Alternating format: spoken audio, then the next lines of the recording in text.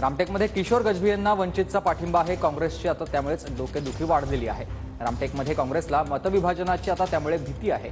2019च्या निवडणुकीमध्ये गजभी यांना 4.25 लाख मतं मिळाली होती। गजभी यांचा रामटेकमध्ये चांगला जनसंपर्क देखील आहे।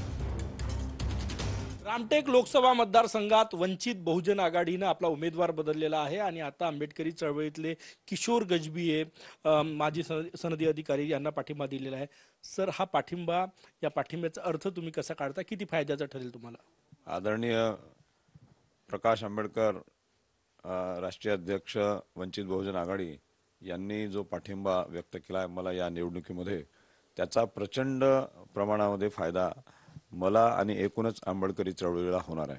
वंचित बहुजन आघाडीचे समर्थक आणि कार्यकर्ते आणि लोक त्यांना मानणारे हे सर्वच पक्षामध्ये आहेत। त्या सर्व पक्षातील आंबेडकरी विचाराचे, बहुजन विचाराची मतं मला मिळतील।